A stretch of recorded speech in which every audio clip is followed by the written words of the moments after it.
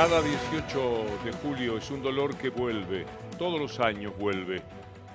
Y ya llevamos 29 reclamando verdad y justicia. ¿Qué pasó? ¿Quiénes fueron? ¿Quiénes se encubrieron desde un gobierno comprometido con sus posiciones internacionales, el contrabando de armas? 29 años después las preguntas son lo único que flota en el aire de cada conmemoración, como en el acto de hoy. Los responsables del atentado quizás nunca aparezcan. Los que encubrieron, en cambio, estaban más a mano, pero fueron perdonados por el gobierno de Macri y la dirigencia política de la comunidad. El terrible acto terrorista sacudió los cimientos también de la nación. Todo el país estuvo angustiado, acongojado, años y años. Poco antes había ocurrido el atentado de la Embajada de Israel, también con sus verdades ocultas, acaso para siempre. El ataque fue acaso una represalia absurda, un acto de odio fuera de toda comprensión, extemporáneo y feroz, promovido por la danza de complicidades del gobierno de entonces. ¿O fue tan solo la demencia de las luchas internacionales, siempre incomprensible? Como fuere, jamás podrá perdonarse el asesinato en masa de inocentes y mucho menos entenderse la vileza del acto y el despropósito posterior del encubrimiento. Y tampoco la búsqueda de ventajas políticas de quienes desde la derecha más obtusa no comprenden que el dolor es más grande, mucho más importante que sus propios intereses políticos, esos que unen a una dirigencia desviada de sus objetivos y a políticos que no trepidan en servirse del dolor. Hace 29 años, cada 18 de julio es el mismo sacudón, la misma pena y las mismas preguntas de siempre. Quiero saludar con el buenas tardes para ustedes, amigas, amigos, a Diana Malamud, una luchadora ejemplar de memoria activa todos estos años. Diana, buenas tardes. ¿Qué tal? Buenas tardes, Víctor Hugo. ¿Cómo está? ¿Qué le deja el día de hoy, otro día de dolor? La verdad es que me sorprende que sean tantos años, 29 años, es una vida entera. Y 29 años reclamando lo mismo, con el mismo discurso, con las mismas caras, el mismo frío de la Plaza Lavalle. Pero estamos ahí parados, como nosotros decimos, haciendo lo que nadie haría por nosotros. Y es, en este caso, la búsqueda que hemos tenido siempre de verdad y de justicia. Yo siento que la justicia está cada año un poco más lejos, ¿no?, de concretarse y difícilmente la tengamos. Entonces apuesto a saber algo, a tener algo de verdad, a poder explicarle, responderle a mis hijas quién mató a su papá y por qué lo mataron, y por qué encubrieron los que encubrieron, y por qué 29 años después estamos como peor que el primer día, porque pasaron 29 años, pero sabemos exactamente lo mismo que el primer día, lamentablemente. Ustedes fueron de los primeros y primeras en advertir que venía muy mal la investigación. Siempre estuvieron muy desconformes con el trabajo que hacía Nisman, casualmente muy mencionado en otro acto, en el más conocido, que se hace cada 18 de julio. Sí, nosotros no solamente fuimos críticos con el trabajo de Nisman posterior al trabajo del ex juez Galeano, a los que podríamos equiparar en su calidad de investigación, de investigadores. Nosotros los denunciamos a ambos, los denunciamos públicamente. En el caso del ex juez Galeano hemos logrado llevarlo a juicio.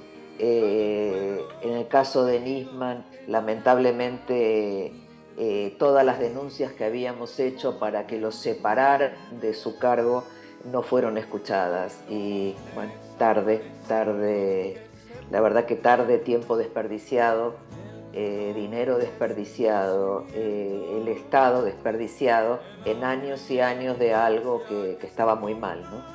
¿Le genera alguna esperanza la decisión reciente del juez Rafecas pidiendo la captura internacional de iraníes y rápidamente un iraní ofreciéndose para declarar. ¿Hay algo ahí que les genere alguna expectativa, Diana? Y la verdad no, la verdad sería como milagroso que de ahí pueda salir algo, ¿no?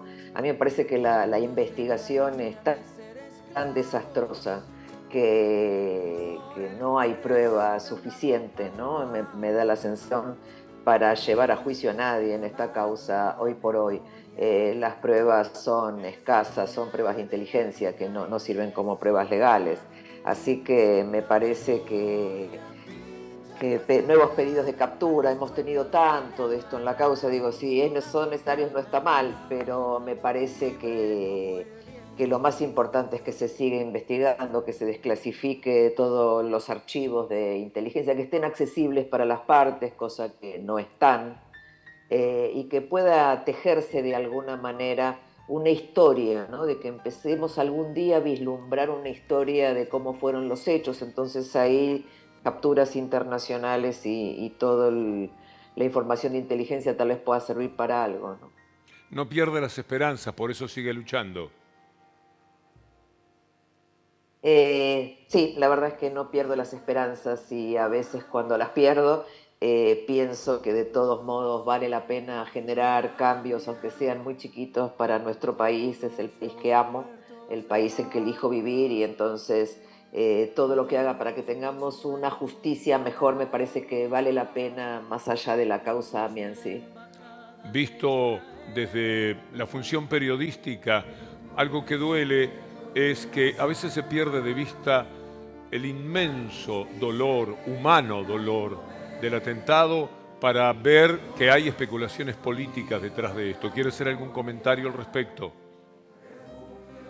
Sí, la verdad que la causa AMIA ha sido usada, mal usada, para situaciones y cuestiones políticas y negocios y mucho dinero de por medio, lamentablemente, y, y ha sido manipulada para montones de cosas menos realmente para saber la verdad de lo que sucedió y para que se haga justicia.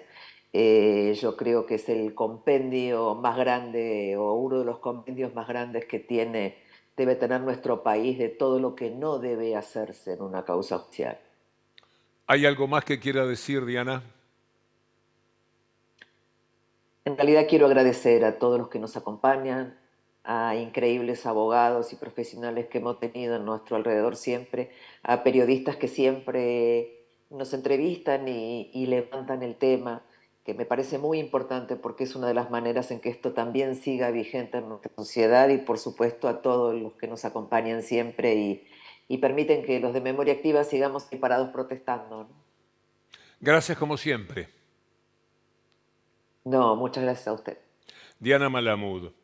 Estaba pensando en algo que ocurrió tan desembosadamente, tan cruelmente con los familiares de las víctimas y por supuesto con el recuerdo de las mismas. Hoy Clarín en el Interior, la voz del interior de Córdoba es Clarín, publicó una noticia en la que convirtió a Nisman en la víctima número 86.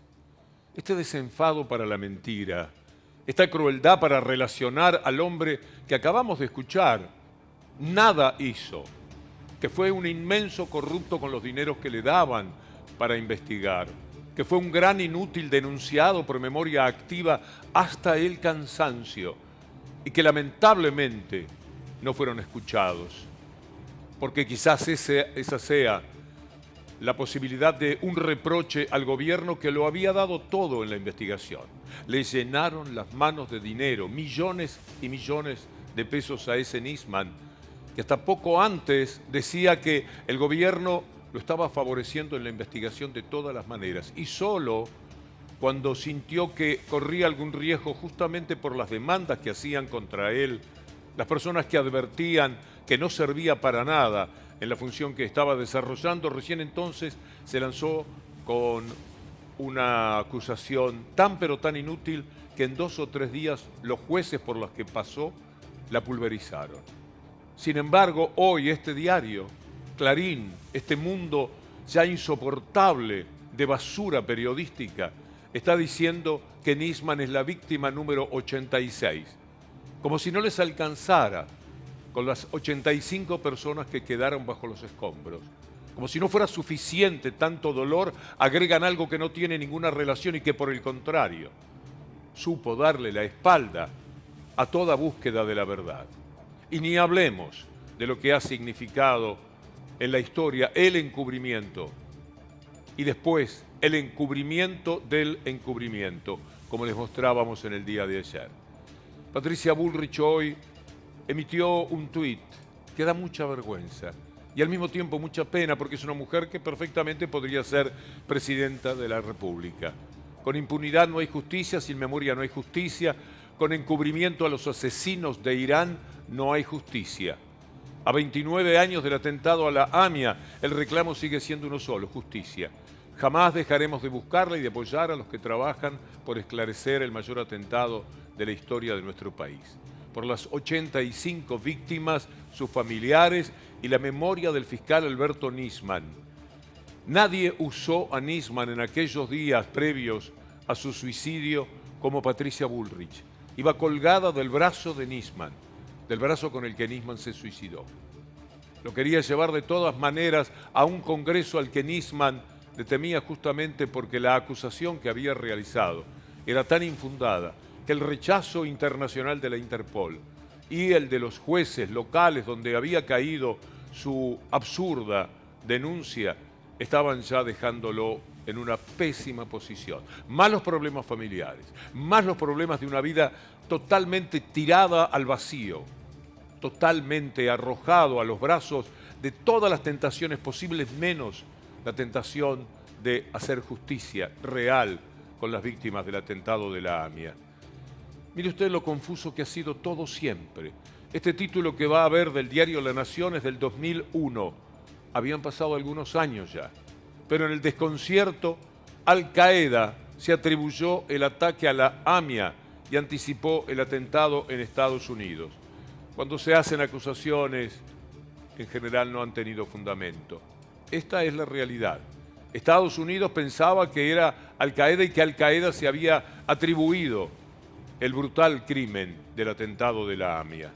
Ciertamente, estamos frente a un periodismo y a unos dirigentes políticos de la talla que da la impresión de que no tienen ninguna relación con el auténtico deseo de hacer justicia.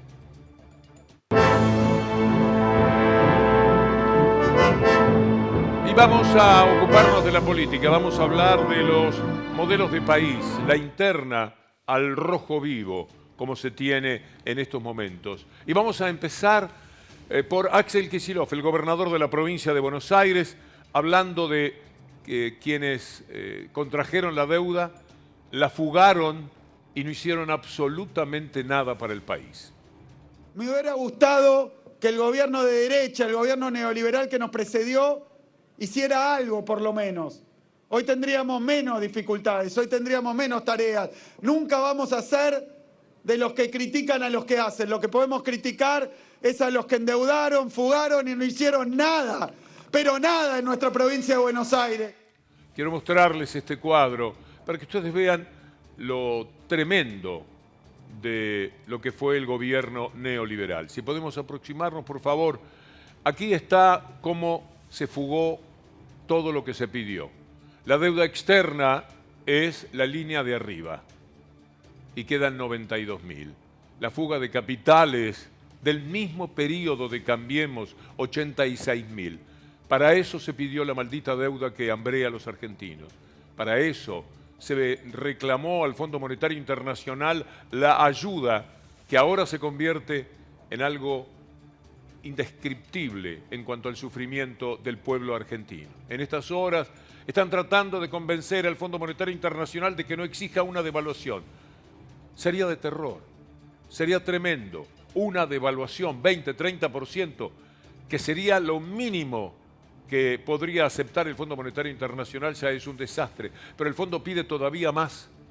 Esto es lo que ocurre con la deuda pedida por Macri y fugada por sus amigos, aquellos que lo habían llevado con todas las mentiras y la opacidad de la democracia a Macri y toda la banda a gobernar el país. Vamos a ver lo que es la fuga de un PBI. Usted conoce mucho de esta frase, se la repitieron 1000 veces, porque toda la vida, cuando el círculo rojo, cuando la élite, cuando los ricos, cuando la derecha roba al pueblo, lo hacen acusando a otros.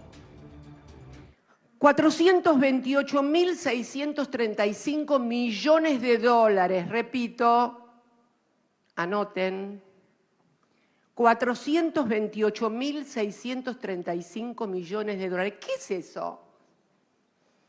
Son los activos formados en el exterior por personas físicas y jurídicas argentinas.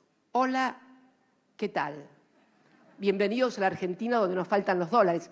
En la Argentina faltan, pero afuera de la Argentina hay un grupo selecto de argentinos, escasos serán 100.000, 116.000 sobre 46, 47 millones, que tienen casi un PBI, ¿le suena?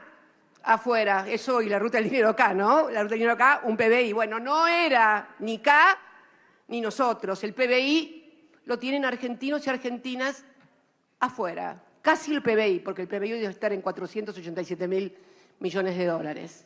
Le quitaría el casi, porque de lo que tengo escuchado y leído muchas veces, esa es la cifra aproximada del PBI de la Argentina. O sea, sí, se robaron un PBI de verdad, mientras acusaban a otros y los perseguían. Mire lo que era la tapa sobre el PBI, se robaron el PBI. ¿Quién lo había dicho? ¿Cuáles eran los testimonios que podían ofrecer? Clarín de mayo del 2016. Fariña, Néstor y Lázaro se robaron un PBI. Después él les decía, querían show, les di show. Reconocía que por supuesto había mentido. Esta es la prueba. Y después abrieron una causa a Cristina y Máximo. Déjenla un instante más porque en la parte superior se habla de lo que ahora sabemos, allí donde dice tema del día, la ruta del dinero K. Bueno, esto es lo que hicieron. La ruta del dinero que se llevaban supuestamente los K, era la que se estaban llevando ellos. Así de simple. Y tenían como testimonio fundamental el de ese muchacho que después les dijo, qué sé yo, querían show, les di show. Le pagaron para que mintiera, lo aleccionaron para que mintiera, lo llevaban a aprender de memoria lo que tenía que decir delante del juez. Y como la memoria no le daba, fue con un papel y declaraba leyendo delante del juez lo que le habían escrito en Clarín. Esta es la historia, la verdad de la milanesa, como alguien dice. Es espantoso, pero es la realidad de la Argentina. Mire cómo colaboraban con esa tapa de basura, cómo colaboraban todos los medios y todos los políticos. Que se tomaba el tren se pegó un palo porque se chorearon un PBI. Lo que llamaba la atención era eso, ¿no? Cómo fue capaz de, en esa entrevista, mensurar cantidades y dar idea de la cantidad de lo que se había robado. Habló de casi un PBI, o sea, el Producto Bruto Interno de la República Argentina. Y otra vez lo mismo, porque esas pausas y esos tiempos, o sea, eso si no para las la gente, digo, contamos representa aproximadamente entre 100.000 o 120.000 millones de dólares. El PBI es todo lo que produce un país durante un año. Que él dice, si yo hablaba antes en la cárcel me mataban. Me limpiaban. Otra cosa, él hace alusión a la plata aparentemente que se habría robado, que es el PBI de un año. El PBI de un año. Sí, Johnny, por favor. Dice 100.000 millones de dólares. ¿Con qué facilidad instalaban la idea? Bueno, es un laboratorio la Argentina. Es el mayor destaque de la basura periodística, que llamemos fake news o como ustedes quieran, del mundo. En ningún sitio se ha podido hacer tanto daño como en la Argentina. Aquí se opacó la democracia. Aquí hay que luchar todavía muchísimo para seguir teniendo democracia porque la gente está absolutamente envenenada y confundida. Vaya usted a decirle a los que creyeron en toda esa inmundicia periodística de Clarín y sus allegados, vaya usted a decirle ahora que era todo mentira. Ahora se sabe que la ruta del dinero K no existió nunca. Excavaron, buscaron por todos los bancos, mintieron durante años y al final el fiscal dijo, tengo que decir la verdad, no había nada, absolutamente nada. Y una vez más dijeron que no había posibilidad de enrostrarle un solo cargo. Buscaron por cielo y tierra, rompieron casas, rompieron paredes, excavaron la Patagonia, como decía. Y lo que aparece ¿Es eso que decía Cristina Fernández de Kirchner? Bueno, acá dice háganse cargo. ¿Algún día se harán cargo? Me parece que no. Y claro, que la Argentina es una sola y tiene que hacerse cargo frente, pero el Fondo Monetario también es uno solo. Porque si nosotros tenemos que hacernos cargos del desmanejo que tuvo el anterior presidente cuando convocó al fondo, el fondo en su actual autoridad se tiene que hacer cargo del desmanejo que tuvo la anterior directora. Porque la continuidad institucional es para todos y para todas. E igualmente el gobierno de los Estados Unidos... ¿Cómo no decirles que se hagan cargo? Lástima que se lo están diciendo demasiado tarde, porque esto era desde el primer día. El Fondo Monetario Internacional era inmensamente responsable, todavía más que Macri. Macri, un bandidito que estaba buscando apoyo para seguir siendo presidente total y la aquiescencia de todo el sistema económico y político de la derecha. Macri es Macri, pero los demás, los otros vivos, sí que son responsables. Los del Fondo Monetario Internacional no tenían un solo país, no tenían cliente. Todo el mundo sabía que el Fondo Monetario Internacional es una desgracia. Por eso la Argentina es de golpe y porrazo el 61% de la clientela del Fondo Monetario Internacional. Solo un país es más de la mitad de los acreedores del Fondo Monetario Internacional. Hay 4 o 5 países más, tan solo. Esto es lo que hizo el Fondo Monetario Internacional. Traicionó sus propios reglamentos, sus disposiciones para hacer este préstamo. Es el más grande de la historia. Es 3 veces o 4 veces lo que le dieron a Ucrania para que mate rusos y mueran ucranianos. Nunca los de ellos en esta guerra atroz, que también sacudió a la República Argentina. Y pese a la guerra y pese a la sequía, pese a todos los elementos que hay que tener en cuenta, todavía siguen sin considerar los derechos de la Argentina para decirles, como dijo Cristina Fernández, háganse cargo ustedes también. Nosotros somos un país que tenemos que tener continuidad jurídica, más o menos esta es la idea de Cristina y de cualquier persona que piense en serio políticamente, porque de otra manera no hay forma, te rodean y te convierten en un país bloqueado por completo. Esto lo sabe la furiosa derecha local. Y como tienen ese apoyo, se animan a lo que sea, se animan a cualquier cosa. Pero fue el gobierno el que tenía, en vez de discutir numeritos, tenía que ir a decirle en todos los foros desde el primer día y en plena pandemia, señores, ustedes han hecho una cosa atroz, horrible. Es una vergüenza, un atentado contra mi país. Esto debía decirse permanentemente y generar una circunstancia política que no sea la que tenemos ahora, en la que otra vez el Fondo Monetario tiene la sartén por el mango y el mango también tiene todo. Una granada que está dispuesto a tirar sobre la democracia de la Argentina. Una granada que se llama default. Bueno, si no pagan como nosotros les estamos diciendo, si no quieren devaluar, allá ustedes. Allá ustedes significa un dólar que vuele para cualquier lado. Allá ustedes significa un cerramiento de las posibilidades internacionales. Ya no hay casi tiempo de discutir políticamente. Hay que ir a decirles, no la palabra completa, amén, pero más o menos alguna de las letras. Esta es la situación terrible que le toca afrontar a la Argentina. Y en estos momentos no deben haber cenas seguramente agradables. Deben estar con papeles sobre la mesa tratando de convencer al Fondo Monetario Internacional de cuánta gente va a morir, sí, a morir en la República Argentina por aplicar lo que ellos quieren aplicarle al país y por atender el pedido de la derecha, que así como le pidió la plata para ganar las elecciones cuando estaba Macri, ahora le pide que no le dé nada a este gobierno, que no le dé nada a este país, otra vez para intentar ganar las elecciones. En medio de esta farsa de la derecha y de los medios de comunicación de la derecha, el Fondo Monetario Internacional se siente pez en el agua. Y al único cliente que tiene en el mundo, que viene a ser los sonsos que tuvieron semejante gobierno, están haciendo cualquier cosa. Están haciendo vivir de rodillas, morder el polvo de otra derrota económica que no tiene ningún otro país en el mundo hoy día, y mucho menos un país de las posibilidades de la Argentina. Todos estuvieron de acuerdo y lo único que hacen es disparatear. La solución que busca Rodríguez Larreta, por ejemplo, es la de privatizar a Aerolíneas Argentinas. Y dice un disparate tan grande, da una vergüenza escucharlo a Rodríguez Larreta. Uno tiene esa cosa de lo que llamamos vergüencita ajena. pero mucho Ahora, más que también hay eso. funciones que no tiene por qué meterse el Estado. Hay funciones que las hace mejor el sector privado y otras que las hace mejor el Estado. No hay que ser dogmático. Acá no hay que ser extremo. No es que todo lo tiene que hacer el privado o todo lo tiene que hacer el Estado. ¿Y No qué funciona. ves? Aerolíneas lo que tienen que hacer es funcionar en equilibrio, en equilibrio, sin un subsidio del Estado todos los años. Porque con ese subsidio, ¿sabes lo que ¿Se lo vas a sacar el subsidio de aerolíneas? ¿Sabes lo que donde gasta más el Estado, el subsidio de aerolíneas? En los vuelos internacionales. O sea, una familia humilde, bien humilde, que compra leche en el supermercado y paga IVA, esa familia está subsidiando un viaje a Roma de algún argentino. No es justo, Bueno, está pero mal. también la línea de bandera en la pandemia fue la que trajo la vacuna. Ninguna línea privada te lo hubiese hecho, te hubiese roto el TOR.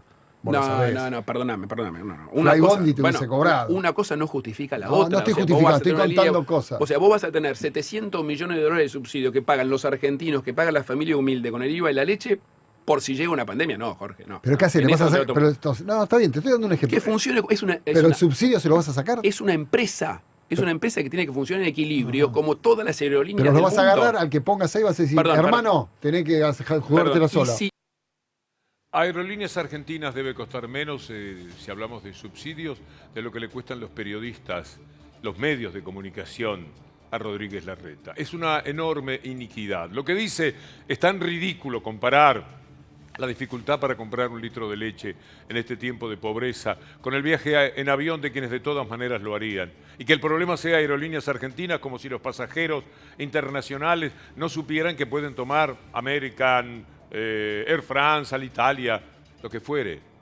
No es necesario, no precisan viajar por Aerolíneas Argentinas. Felizmente, cuando deciden viajar por Aerolíneas Argentinas es una cuestión de orgullo, es una cuestión de sentir el país, de sentir lo propio. Es algo que se refiere a lo que sentimos cuando elevamos la vista al cielo y vemos un avión de aerolíneas. Hay un golpecito distinto respecto a otros aviones que nos dejan indiferentes. El de aerolíneas es todos los que estamos viajando imaginariamente con algo que le pertenece tanto al país. Y le digo que le pertenece al país y no a los que usaron aerolíneas en la privatización, robándola de una manera desalmada, dejándola sin aviones, con huelgas permanentemente, como le mostrábamos ayer, de pilotos, de los trabajadores de aerolíneas. Parece mentira a lo que se animan. Da una buena respuesta el ministro de Economía.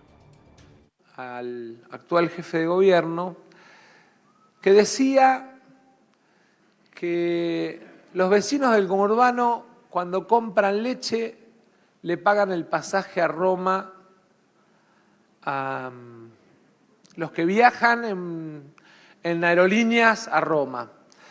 Yo lo que pido para encarar el proceso electoral es que por lo menos seamos serios y rigurosos con los números.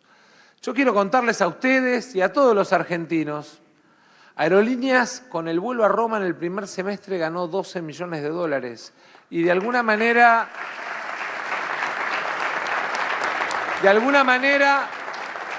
no solo ningún vecino del conurbano comprando leche le pagó el pasaje a Roma a nadie.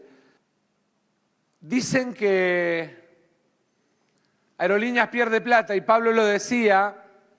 Este año el Tesoro del presupuesto 2023 a Aerolíneas le transfirió 0.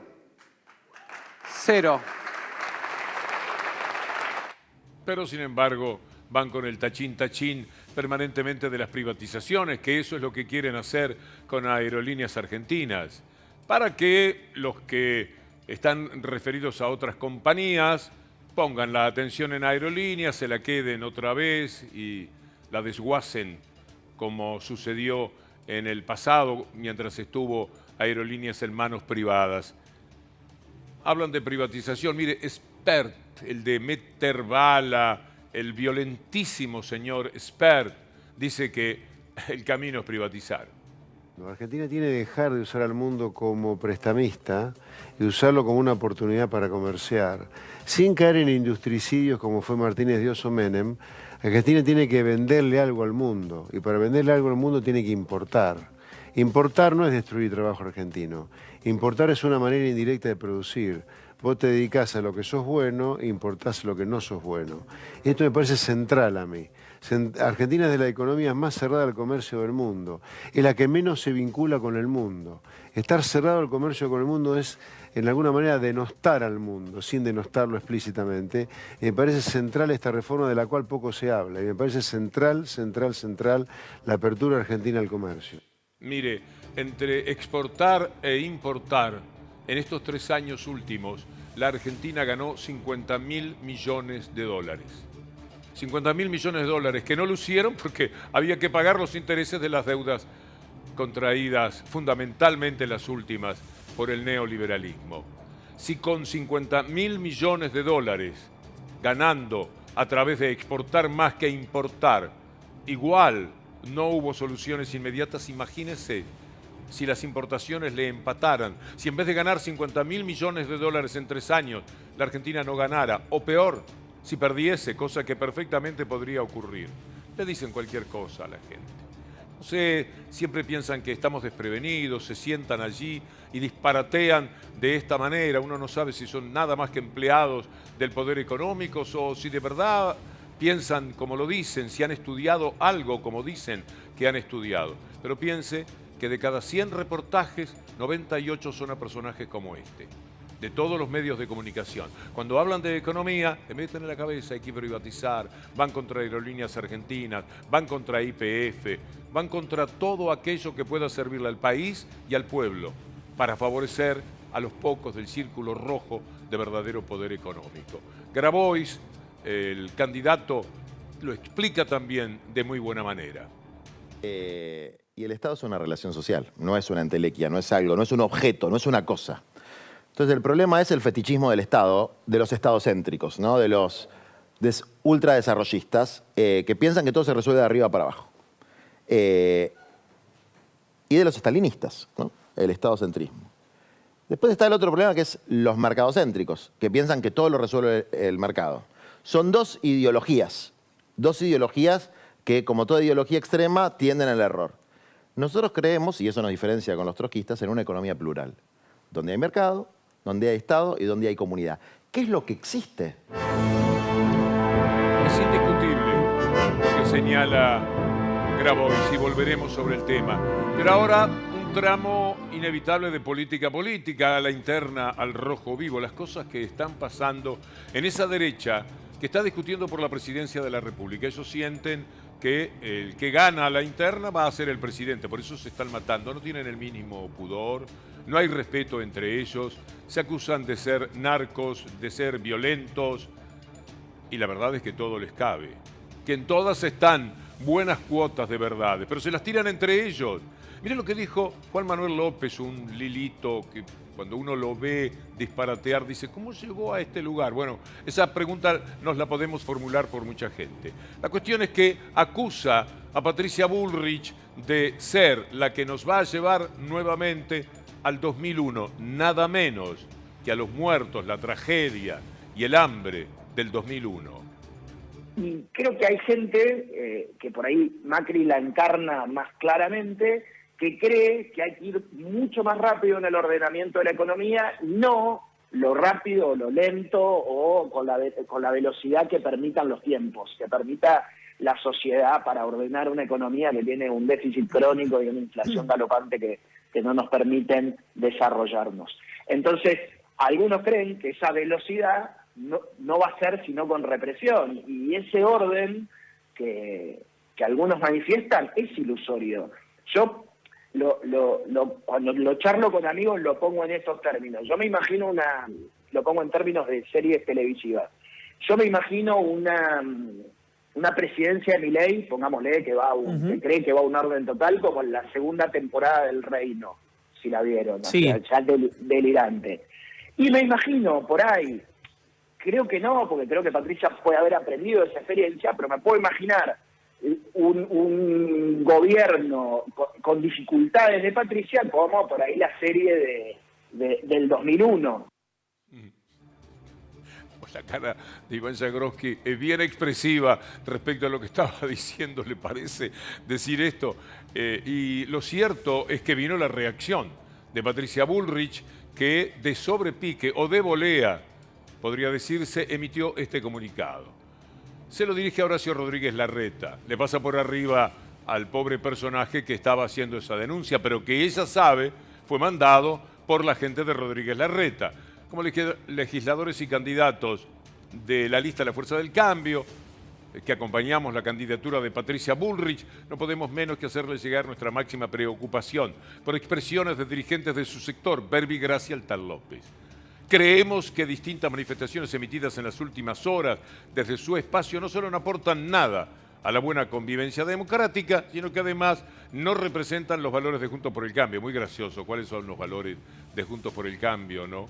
No podemos aceptar que declaraciones contra Patricia Bullrich, como las del diputado Juan Manuel López, integrante del sector El Cambio de Nuestras Vidas, que se referencia en su figura, Rodríguez Larreta, en estas elecciones internas, no merezcan al menos de su parte una reflexión sobre si esta es la manera que usted cree más conveniente para dirimir nuestras diferencias de cara a las próximas PASO. En un artículo posterior, López no se retracta. Estimado Horacio, le requerimos que con la mayor fuerza posible inste a los miembros de su sector a que mantengan nuestras diferencias internas en el ámbito democrático. No hay aporte para el futuro en persistir con expresiones que absolutamente nada tienen que ver con la sana competencia interna que nos comprometimos a llevar adelante. Mire quién habla, ¿no? Patricia Bullrich, que acusaba a través de la candidata Lozada al candidato de Larreta. Dicen que de Larreta, en Santa Fe, de narcotraficante. Y ella dice la sana competencia interna. O la gente que la representa.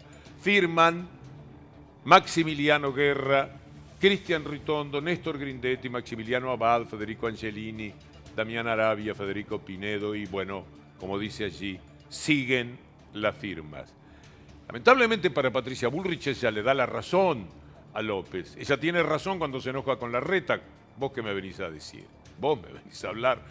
Pero, mientras tanto, vean ustedes lo que ha dicho Bullrich. Yo sé que el cambio es difícil y es con dolor y es con esfuerzo. Ahora les hago una pregunta. ¿Qué vamos a elegir?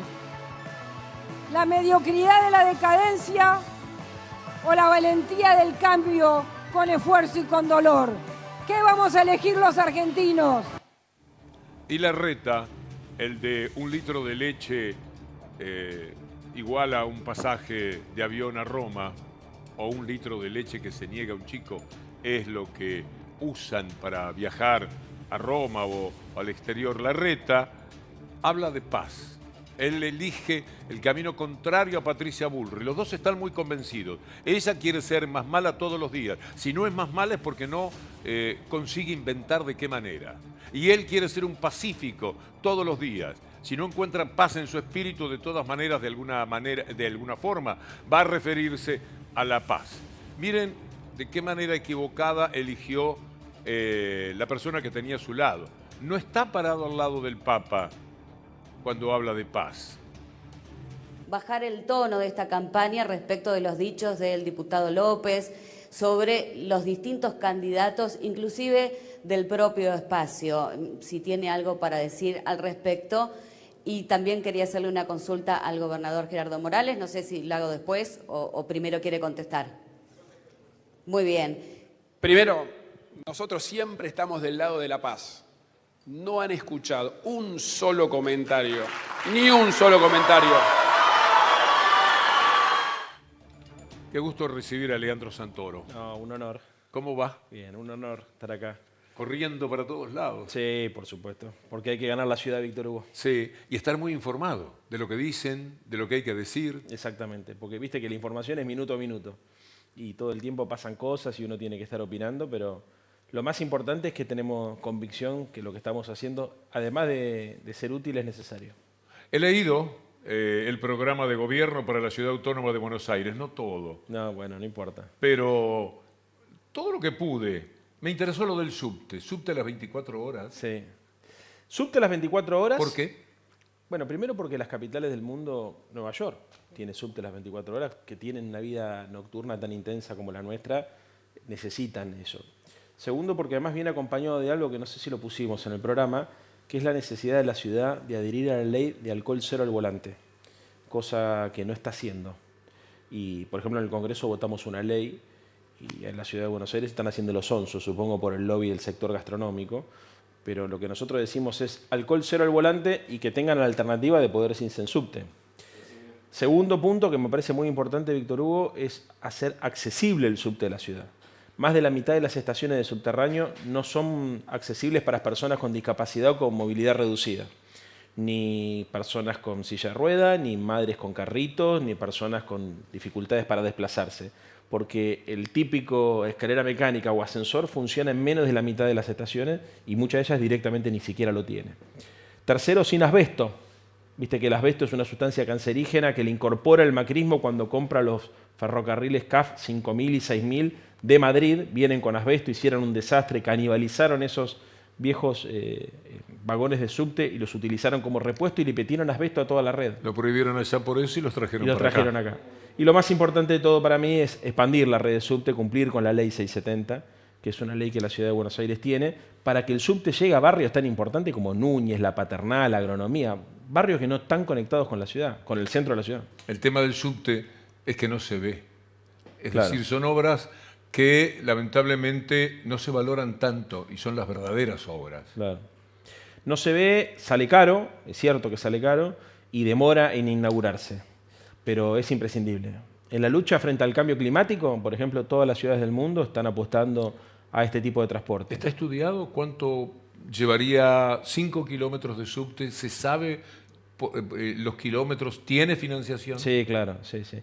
Nosotros tenemos un proyecto de ley presentado del diputado Juan Manuel Valdés, el hijo de Eduardo, que hizo un estudio en profundidad y vio que había líneas de créditos internacionales para este tipo de proyectos justamente para confrontar contra el cambio climático. Entonces proponemos una ley que es la de emisión de bonos verdes, que es lo que permitiría financiar, tal cual hizo Santiago de Chile, para llevar a 32 kilómetros de subte más en 10 años. A raíz de 3 kilómetros por subte es un plan de expansión razonable, moderado, pero si lo hacemos de manera sostenida podemos lograr que muchos barrios de la ciudad tengan acceso al subte. Da la sensación algunos días en Buenos Aires que no se puede andar, que uno queda clavado en un sitio y se olvida. En todo caso podrá hacer un llamado telefónico. Voy a llegar una hora más tarde de lo previsto. Y esto tiene que ver con la superpoblación sobre la superficie. Bueno, porque si vos me preguntás cuál es la característica del gobierno de Larreta o de Juntos por el Cambio, es la vinculación con los negocios inmobiliarios. Ellos descontrolaron, desregularon la construcción en la ciudad de Buenos Aires y la hicieron absolutamente invivible, inhumana. Es un modelo de ciudad que está orientado para la especulación inmobiliaria, que está orientado para la construcción de torres y que desalienta una forma de vida más natural y más sustentable. Por eso también tenemos los problemas que tenemos de congestión de tráfico, por ejemplo, porque muchas de estas construcciones se hacen sin las cocheras necesarias, entonces no se planifica la ciudad, sino que simplemente se deja que el mercado construya lo que le parezca para generar rentabilidad. Entonces, una cosa tiene que ver con la otra. Este es un programa con una visión integral. Nosotros decimos, hay que derogar el código urbanístico, este código urbanístico del macrismo no va más, porque ha descontrolado, ha desregulado totalmente la actividad. Algo que dice el código urbanístico que no va más. Por ejemplo, avanzar sobre los pulmones de Manzano o aumentar la capacidad de constructividad en altura. No da más. ¿Es toda una torre sorpresa de la mañana a la noche? No va más. O sea, hay que ser responsable. Vos no podés seguir metiéndole cemento a la ciudad. Aparte hay mucha gente que compra casas en barrios, porque uno, lo pienso yo desde el lugar del inquilino, pero también desde el propietario. Propietario que compra una casa en barrios bajos, por ejemplo Núñez, Belgrano, y de la mañana a la noche le aparece una torre de 120 metros cuadrados, de 120 metros de altura. Le quita el sol, toma superficie absorbente de la tierra, limita la circulación del aire y genera una isla de calor. Esto pasa. Y el inquilino, este tipo de construcciones que son lujosas y suntuosas, porque los permisos de obra finalmente terminan incentivando este tipo de construcciones, hace indirectamente que aumente el valor del suelo y el valor del alquiler, Víctor ¿Y Hugo. qué legisladores se han tenido por parte de la ciudad para que habiliten todo esto? Martín Lustó, los legisladores de Martín Lustó. Ellos abstuvieron en la primera modificación del código, pero en el 2020 acompañaron, porque ellos, viste que al principio entraron como opositor, Víctor Hugo. Martín Lustó en el año 2017 se presenta a elecciones y la gente se olvida, obviamente, por tanta información, pero el radicalismo estaba en Juntos por el Cambio, pero no el de la ciudad. El de la ciudad se mostraba como opositor. Entonces, la gente que votó en el año 2017 oposición a Martín Lustó, votó un montón de legisladores que 2 años después pasaron a ser oficialismo. Y durante 17, 18, 19 y 20, el radicalismo se va incorporando de la mano también de Angelici, del Tano Angelici, de Nosiglia y de Emiliano Jacobiti, que son los que están alrededor de Martín Lustó, y fueron incrementando el volumen de legisladores del oficialismo. Con lo cual llegaron al número mágico de 40, que son los 2/3, y ahí metieron todo. Ampliaron nuevamente el código urbanístico, sacaron excepciones inmobiliarias, que son las que permiten estas construcciones horribles, que están, además de afear la ciudad, vulneran el código que ellos mismos habían sancionado un año antes. Sancionan un código el año 2018 y el año 2019 meten 100 excepciones a ese código para permitir la construcción descontrolada. Eso, el negocio inmobiliario, lo que explica la matriz, te voy a decir dos cosas, la matriz del desarrollo urbanístico y la matriz de la corrupción de esta gestión. Edificios portentosos para quienes hacen mucho dinero de pronto en el campo o en alguna actividad y pueden habitarlos mientras van quedando vacías miles de casas o de departamentos porque la gente no los puede pagar como inquilino. Es increíble. Muchas de esas construcciones además es para Airbnb, para alquiler temporario turístico, lo que hace que el precio de los alquileres del mercado tradicional vaya a dólar. ¿Y contra eso se puede hacer algo? Por supuesto. ¿Sí? Sí, claro que ¿Qué, sí. por ejemplo? Regularlo, como están haciendo todas las ciudades. Después giraremos la perilla de cuánto se regula más o menos de acuerdo a cómo vaya reaccionando el mercado. Acá hay que generar un shock de oferta para que la gente tenga posibilidad de renovar. Hay dos tipos de mercado de alquiler. El tradicional, de vivienda sencilla, y el turístico. A medida que un departamento de la vivienda tradicional va al turístico, se achica la oferta. El inquilino, el propietario, obviamente que si le preguntan ¿qué preferís, alquilar en dólares o en pesos? Va a preferir en dólares. Pero en ninguna ciudad del mundo, Víctor Hugo, pasa lo que pasa en la Argentina, que es que vos tenés un registro de propiedades en Airbnb y tenés solamente 400 propiedades. El registro de la reta, porque la reta también, eso es muy típico de la reta. Él sabe que hay algo que anda mal, entonces primero te vende, ¿viste?, la política para el marketing, para la televisión, te dice registro de Airbnb. Bueno, muy bien. ¿Cuántas propiedades tenés registradas en Airbnb, en el registro de Airbnb? 400. Ahora, vos te metés en la computadora y vas a la página de Airbnb y hay 20.000. La desigualdad de la ciudad, ¿cómo la considerarías para equilibrarla? Yo creo que hay muchas cosas que hay que instrumentar en simultánea. Una de las que más me obsesiona es la educación inicial. Todo lo que tiene que ver con educación inicial tiene que ver con la vinculación del niño y de la niña al sistema educativo para generar verdaderas oportunidades en el futuro. Esa distancia que se saca en la primera infancia no se recupera más, Víctor Hugo. Y también tiene que ver con el sistema de cuidados que generalmente termina recayendo sobre las mujeres. Hoy, como no hay vacantes en la ciudad y fundamentalmente en la educación inicial, muchas familias tienen que dedicar de 30 a 40 mil pesos por lo menos para pagar un jardín de infantes o una maternal, o pedirle a un familiar que se termine ocupando. En general suele ser una hermana, un hermano o directamente la madre. Es una problemática real. Entonces, si nosotros hiciéramos, como yo creo que hay que hacer en esta ciudad, una inversión fuerte para crear 150 escuelas infantiles, primero le das al niño la posibilidad de institucionalizarse rápido, de escolarizarse tempranamente y va a ser mucho más fácil que después rinda en la educación primaria. Esa diferencia, la etapa más importante de formación de una persona es la etapa en la cual no guardamos recuerdos. Es esa primera infancia, de los 45 días a los 5 años. Ahí le das herramientas al niño. Y segundo, a la familia. Si vos no tenés, por ejemplo, quién te cuida el niño o se queda uno de la familia, tenés que salir a pagar. Es una herramienta fundamental. Cuando hablamos de educación, ahí tenés una herramienta fundamental. Hay una gran cantidad de gente que no vive en la ciudad, que viene a trabajar a la ciudad. ¿Para ellos hay alguna idea? Sí, por supuesto. A ver, la más importante es primero reconciliar a la ciudad de Buenos Aires con el medio ambiente y hacerla una ciudad más humana y sustentable. O sea, nosotros creemos que Buenos Aires está pensada para los negocios inmobiliarios, para las torres, para los autos, no para las personas. Por ejemplo, yo te ponía el caso recién del subte, ¿no? Cuando nosotros pensamos en el subte las 24 horas, ¿en qué pensamos? También en la industria artística, ¿no? En la posibilidad de cientos, de miles de artistas que saben que si tienen la chance, por ejemplo, de tener el subte B, el de la calle Corrientes, abierto las 24 horas, permite que mucha más gente pueda utilizar esa infraestructura y indirectamente también incrementar la industria artística. Cuando nosotros pensamos en los espacios verdes de la ciudad de Buenos Aires, pensamos en que la ciudad sea un lugar para el disfrute, que no esté todo arancelado. Una de las cosas de las cuales hablamos en este programa es de la necesidad de desmercantilizar Buenos Aires.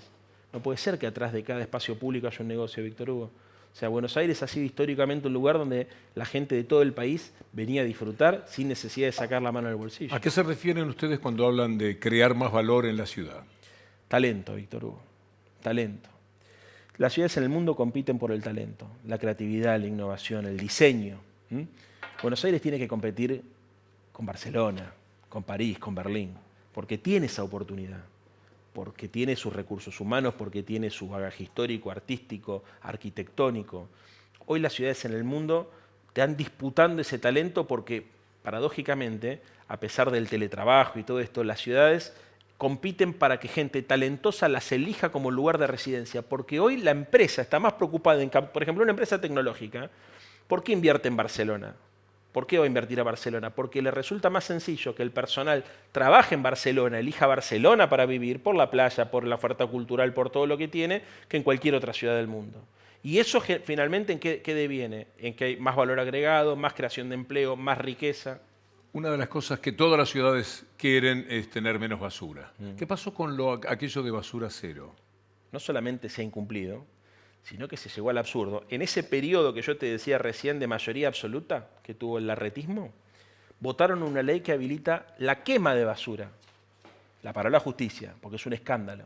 Ellos le llaman termovalorización. Es gracioso, porque como lo que te explicaba recién, ¿cómo hacemos para vender una mala idea? La dibujamos. Entonces no, le decimos termovalorización. Está parado por la justicia, pero evidentemente lo que hay que hacer es una inversión fuerte, básicamente para instrumentar los mecanismos que se necesitan en cualquier ciudad del mundo, el reciclado. Es importante, acá hay una estructura. Esto Larreta parcialmente lo ha hecho bien en algún punto. A ver, como consecuencia de que escuchó el reclamo de los movimientos sociales, porque los movimientos sociales lograron articular una red de recicladores urbanos que es muy importante, y a partir de la lucha de ellos consiguieron determinadas cosas, pero se necesita muchísimo más en esta dirección. No lo encuentro porque me importa escucharte, pero algo había muy bueno sobre el narcotráfico, que es un tema muy vigente además hasta en lo mediático en la última semana. Sí. Te voy a poner un ejemplo sencillo. La Villa 1114, la más grande de la ciudad, viven 60.000 personas en la Villa 1114. ¿Sabés cuántas comisarías de la ciudad hay? ¿Cuántas? Ninguna. Yo recuerdo, trabajaba con el padre Pepe en Zabaleta, en Cacupé, sí. Y me acuerdo que un día dejamos el auto y dice, no, sáquelo de ahí, se veló al destacamento. ¿Y dónde queda? Hay uno, había uno en aquel momento. De Gendarmería. ¿Eh? De Gendarmería. Sí. Gendarmería sí hay. Pero Gendarmería que son fuerzas nacionales. Sí, claro. Por supuesto, a ver, ahí la ciudad tiene... Pero a ver, tampoco quiero estigmatizar la villa con la venta de drogas. Mira, se vio la semana pasada que los vecinos de Once y de Constitución tuvieron No era una villa eso. No, por eso. Pero tuvieron que recurrir a la televisión, Víctor Hugo, para que les dieran bola. Bueno, ¿por qué? Porque se cansaron de ir a la comisaría, de denunciar que en la cuadra de ellos vendían droga y la policía no hacía nada. ¿Qué es lo que decimos nosotros? Hay que hacer inteligencia criminal para reventar los mercados ilegales que existen por todos lados. Todos sabemos dónde están los talleres clandestinos, en el Flores o en el Bajo Flores. Todos sabemos dónde se venden cadenitas y relojes robados en la calle Libertad. Todos sabemos dónde se venden repuestos de autos robados en Guarnes. Todos sabemos dónde se venden los celulares robados. Y todo el mundo que vive en un barrio, yo vivo en Boedo, en el barrio del sur de la ciudad, sabemos dónde se vende droga. ¿Cómo puede ser que si todos lo sabemos la policía no haga nada? Inteligencia criminal, primer lugar, para poder asistir a la justicia, darle información. Y en segundo lugar, tengo una propuesta que me parece que puede ser muy interesante, que es cambiar la ley de comunas para darle a los comuneros una competencia nueva, que es la de prevención en el delito. La ciudad tiene 15 comunas, cada comuna elige 7 comuneros que cobran un sueldo, que van a trabajar todos los días y que además tienen representación todos los partidos políticos, porque hay del Frente de Todos, hay del PRO, del radicalismo y de todos los partidos. Esos comuneros muchas veces tienen competencias reducidas porque el jefe de gobierno, como no cree en la participación, le quitó competencias a las comunas. Yo lo que propongo es que tengan además la responsabilidad, modificando la ley de comunas, de articular con las comisarías, porque son las personas que están en el territorio, las que conocen dónde pasan las cosas. Hablando de las villas, ¿planes de urbanización? Por supuesto, clave. Clave meter plata ahí, pero meterla no en función de los negocios inmobiliarios como hizo Larreta. Larreta hoy los proyectos de urbanización los desarrolla en función de los negocios que tiene. Te voy a poner un caso, la Villa Rodrigo Bueno. Ponía plata en la Villa Rodrigo Bueno, que es la que está al lado de la Reserva Ecológica. ¿Por qué? porque los tipos terminaron haciendo un acuerdo con IRSA. ¿Vos te acordás la Ciudad Deportiva de La Boca? Más bien. IRSA la compra en los 90, muy barata, porque la zonificación permitía solamente hacer actividades deportivas. ¿Qué hicieron? Empezaron a mejorar la zona y bancaron esa propiedad 20 años, y el año pasado los legisladores de Jorge Macri, los legisladores de Horacio Rodríguez Larreta y los legisladores de Martín Lustó votaron un convenio urbanístico, una excepción urbanística, que permite que en ese predio que hoy está destruido, que compró IRSA hace 20 años, se pueda construir torres de lujo. Entonces van a hacer un country en la ciudad de Buenos Aires. ¿Entendés? Es muy loco esto. Vos, cuando vas siguiendo cómo hace el Estado, cuál es el criterio que utiliza el Estado para intervenir económicamente o activamente, atrás siempre hay un negocio. Se me fue el tiempo. Muchas gracias, un placer. Igual. Amigos, nos reencontramos mañana, si Dios quiere, después y antes del Alma del Cuadro, en el canal que es Tomás Méndez. Hasta entonces.